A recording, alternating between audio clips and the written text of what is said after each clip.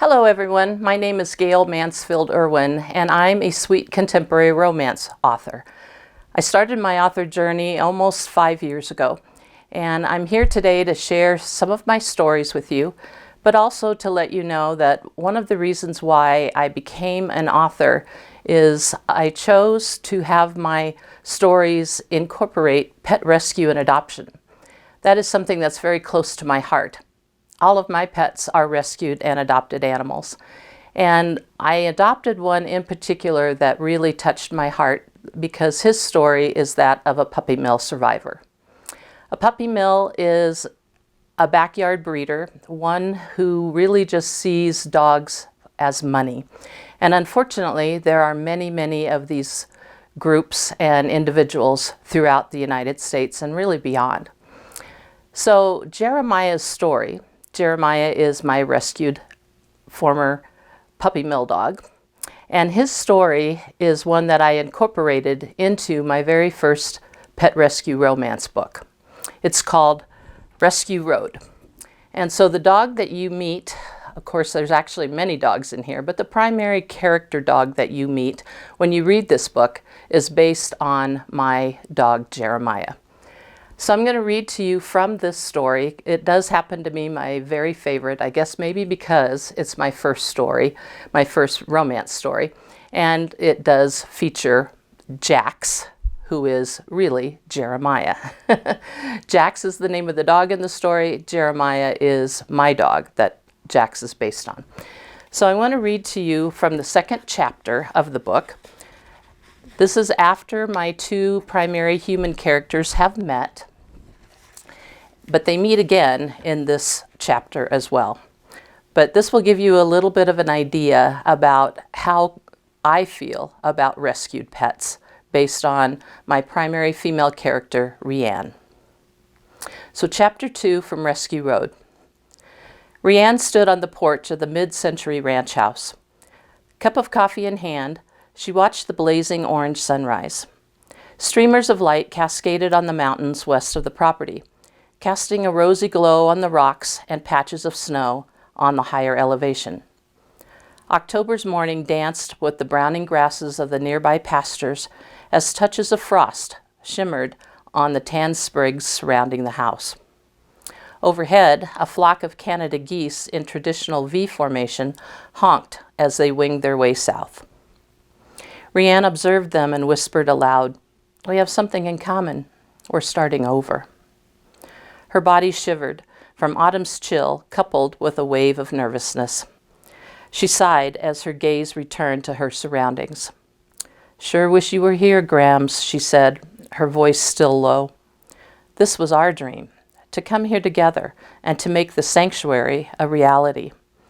Now it's just me, starting over again." Yips and whines from two dogs sitting at her feet caused her to smile. She reached down and petted an elderly tri-colored female beagle and a middle-aged male black and white Shih Tzu. "I know, guys, I know. I have both of you." Rianne glanced through a bay window that protruded from the kitchen. She saw her two adoption-bound dogs, Max and Molly, resting on dog beds near the living room's stone hearth. Her gaze flickered back to her canine charges on the porch, and she scratched their heads. "You both always are so good with the animals waiting to be adopted, and our new home here in Montana has not changed your sweet dispositions." Then I'm going to jump over to the same chapter, but this time introducing or reintroducing, if you've read the book, my primary male character, Levi. Levi drove his work truck down the gravel road toward the ranch house. The 1995 two-tone blue Chevy pickup he'd purchased 5 years ago came in handy for chores, like today's project of mending fence. Time off from the Jefferson County EMS had arrived faster than he'd expected, and he was grateful, for he knew winter knocked on the door and opportunities for outdoor work waned. He hoped to hear from George's attorney today or tomorrow. Probate likely concluded or will soon, he thought. He looked forward to having all that business squared away. He missed his old friend. Memories flooded his mind as he gazed at the sunshine-filled autumn sky and the majesty surrounding the ranch. Sugar-coated mountain peaks with fingerlings of snow rose above pine-covered ridges. An elongated house George constructed in 1952 waited at the end of the half-mile road. Several yards from the main house stood a 2-room log cabin. Levi looked forward to spending time at the place where he and George had forged their friendship, the property Levi had called home for more than 8 years. The 44-year-old broad-shouldered man began to whistle an old cowboy tune as the truck drew closer to the house. Right around little doggies reminded him of George, who had kept cattle on the property for nearly 60 years. Levi had asked George last year why he had sold all the livestock, but the old man's retort to mind his own business caused Levi to do just that, even though his old friend had told him 2 years prior that he intended to leave the place to him. Levi had protested the announcement, but George had insisted. Once Levi agreed to the elderly man's wishes, a dream took root. Levi's doggies would be horses, raising and selling quality stock. Adding a real dog was likely in his future, especially after meeting Rianne yesterday. A canine companion had not graced his life since childhood, and now that retirement loomed, he should consider a dog. Dogs and ranches go good together, Levi said aloud.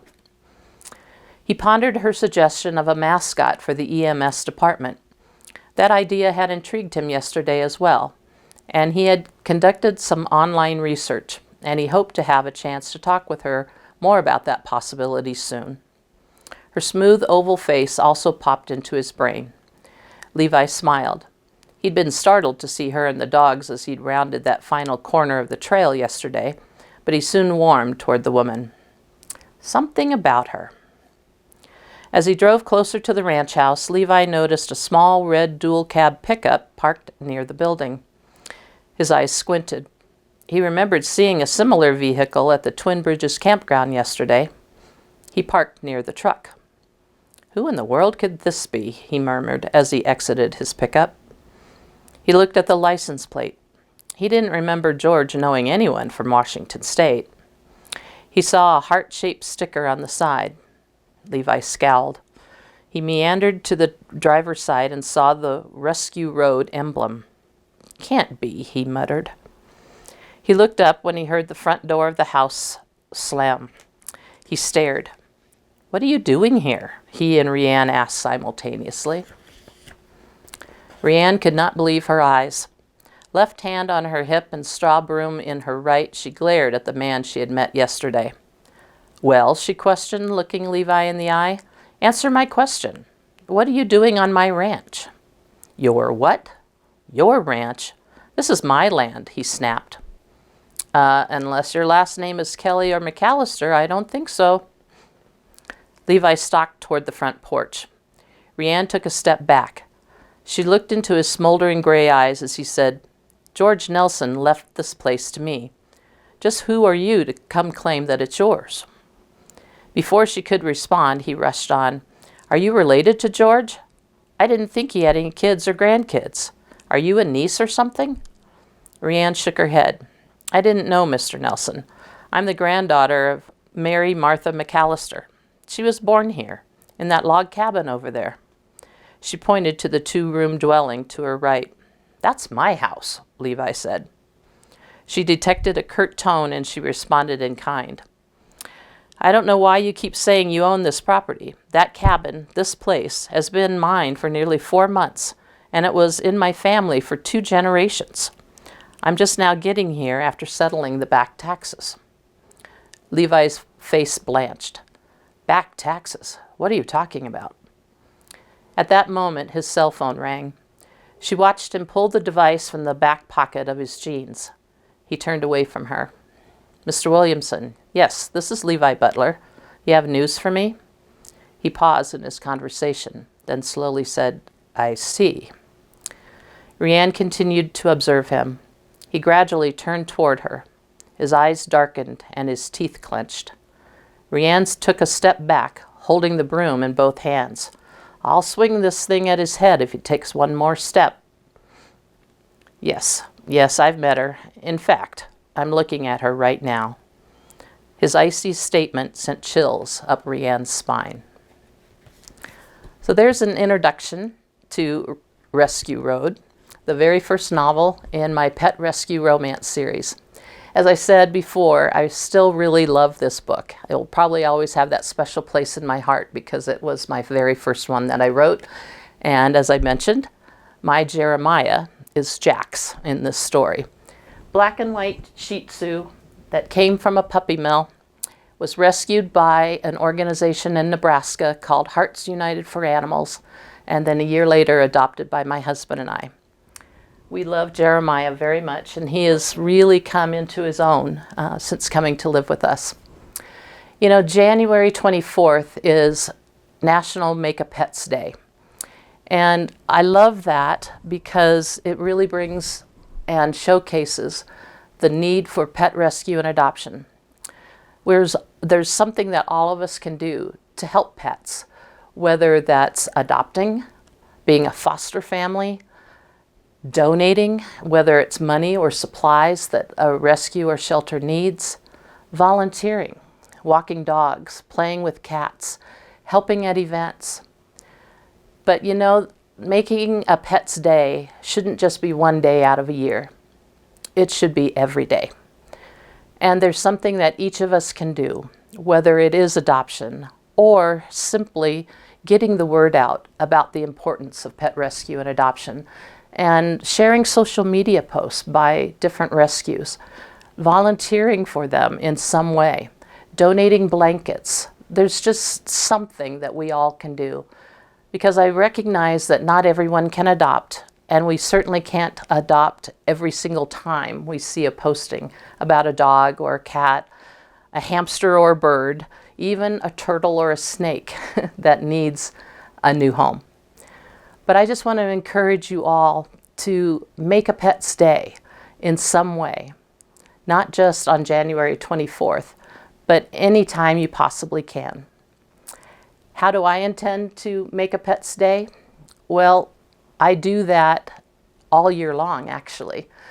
I do that by donating proceeds from the sales of my books to pet rescue organizations and groups, those that help the animals in need, because they need us.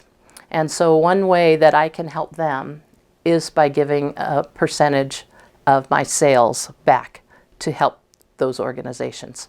So think about each time that you read a pet rescue romance book by Gayle M Irwin, you are helping an animal in need. We're going into the month of February, which is, as most of us know, considered a time of love. Well, not just love, for me anyway, between a man and a woman, or love between friends, but also love for those in need, whether they be people or animals.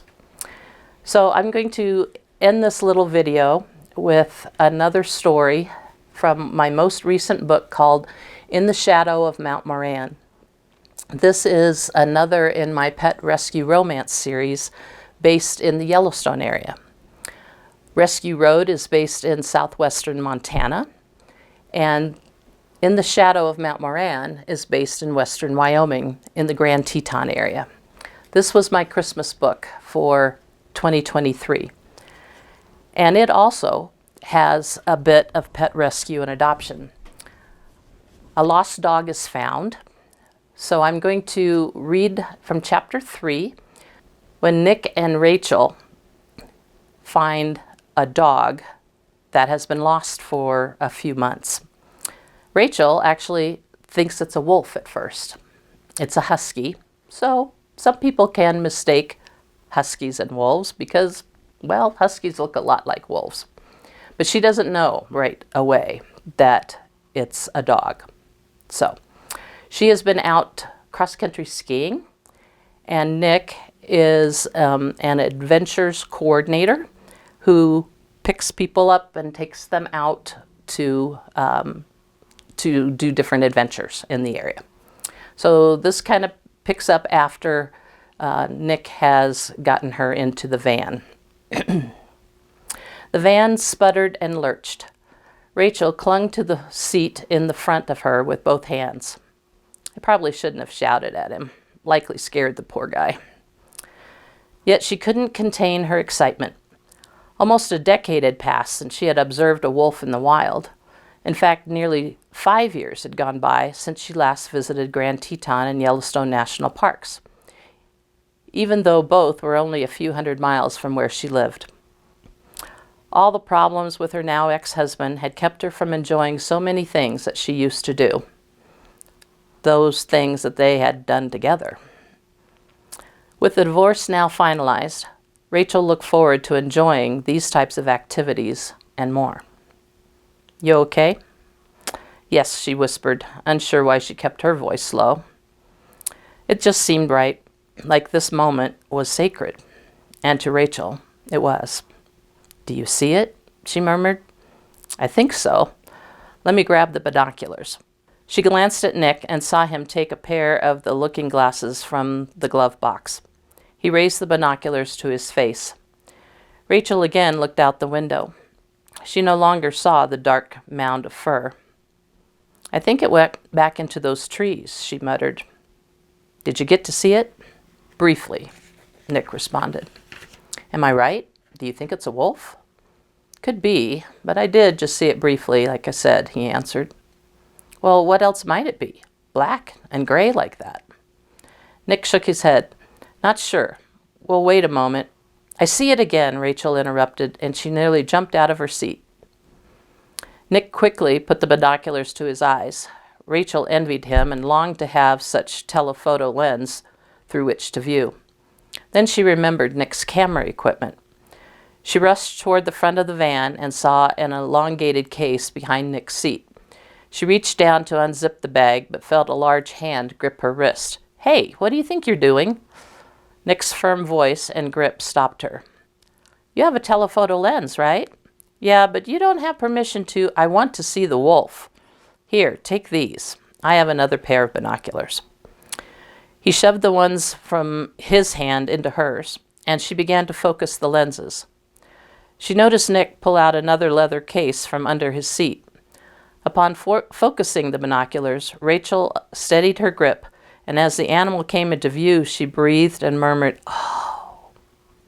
Long legs extended from a black and gray body with protruding ribs, a black muzzle, and piercing blue eyes. "Can't be," Nick murmured. "It looks like a wolf, but it also looks," Rachel started, "a husky." Nick completed the sentence. Rachel removed the viewing scope from her eyes and looked at him. He was flipping through his phone. "What are you doing?" "I think I know that dog."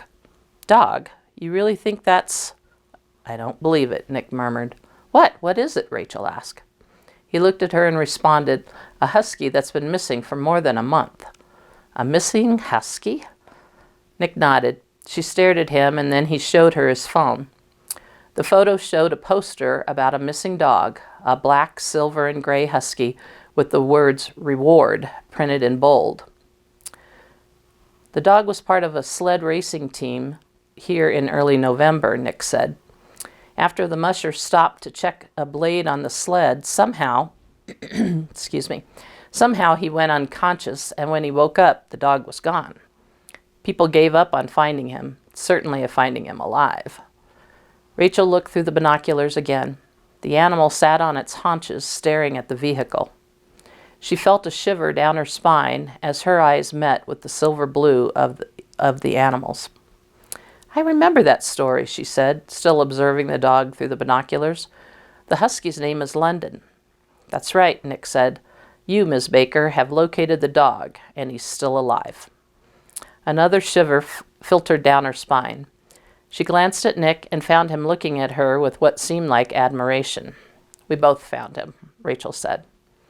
So she raised the binoculars to her eyes again and stared at the dog. She wondered if he would come to them if they coaxed him. "A friend of mine adopted him to the musher a few years ago," Rachel said, recalling Rhiann Butler and her pet rescue sanctuary. "The musher's name is Owens, I believe." "Right again," Nick said. A friend of yours adopted London to Mr. Owens? She noted surprise in his voice. Rachel looked at him and nodded. Her name is Rianne Butler. She operates an animal rescue sanctuary in Montana near Bozeman. Our paths cross now and then when I help with rescue dogs. Really? That's interesting. I'd like to hear more about that sometime. For now, though, we have to figure out how to not lose this dog again. I should probably call the Humane Society or the Sheriff's Department. He might come to us. Nick shook his head and said, I doubt it. He's been out here a while. He's probably pretty wary of people. Wouldn't hurt to give it a try. I don't have a leash. I have rope. Rachel smiled and walked back to her seat. She withdrew a dog leash from her pack and held it up to show Nick. I never travel without one. A person never knows when it will come in handy. Nick grinned and laughed lightly. I don't suppose you have any dog biscuits. Rachel's smile widened. She reached into the pack and drew out a small bag of dog treats. She shook the bag and watched Nick's grin deepen. A dimple on each side of his face appeared, and for the first time in many years, she felt her heart flip at a man's handsomeness. Guess that shouldn't surprise me since you travel with a leash. May I ask why? Why do you carry a dog leash and dog treats? Story for another day, she responded. Let's just say I've come across a few strays in my life, so I go prepared. Nick turned off the van's engine. Well, Ms. Baker, let's give it a try. We can ski out there, and if we can entice London to come out of the wilderness and get him home, that would certainly make Mr. Owens's Christmas. London's too, I would think, Rachel responded. I would sure love to be part of that Christmas miracle. So that is from In the Shadow of Mount Moran, a pet rescue sweet romance Christmas novella. I really enjoyed putting that story together. My husband and I live in Wyoming, and we try to visit the west side of the state and go to Grand Teton National Park every once in a while. And we happened to be heading over that way about almost 3 years ago now. And I had been thinking about writing a Christmas story and putting that into my pet rescue romance series. And I'd been contemplating where I should set it and how it should go and what the title should be. I already had the idea of having a dog be lost and this character finding it. And so anyway, we crested this mountain pass that goes down a hill and toward Grand Teton National Park. And at this one particular location, you can just see, it's like the forest breaks apart. And you can just see what is known as Mount Moran in the Teton mountain range. And that's when it came to me, In the Shadow of Mount Moran. So that's how the book got its title. These stories, which I call the Yellowstone Country series, are set in the Yellowstone area, whether in southwestern Montana or western Wyoming. It's an area I love. It's an area I used to live in. And it's an area that I continue to visit. I'm getting ready to close out this particular series, this Yellowstone Country series. One more book will be coming out in February. As I said, the month of love, whether it's love for another person or love for a pet. And so I hope you will be watching for that story. You can follow me on Facebook. I'm also on Pinterest and on Instagram. And I occasionally show up on Twitter. But if you go to my website, which is GayleMIrwin.com, you will find my books, whether the sweet contemporary romance books. I also have children's books about dogs and Christian devotions that are also bringing dogs into the picture. They are God's creation after all. But I really, really do hope that you will take a look at my books if you haven't already. Share them with other people that you know. And let's help donate some funds to these wonderful rescue organizations that help animals in need. So thank you for joining me today. I hope you enjoyed the readings, and I hope that you will make a dog's day, make a pet's day, any day that you possibly can. Thank you. Have a great time. Have a great day.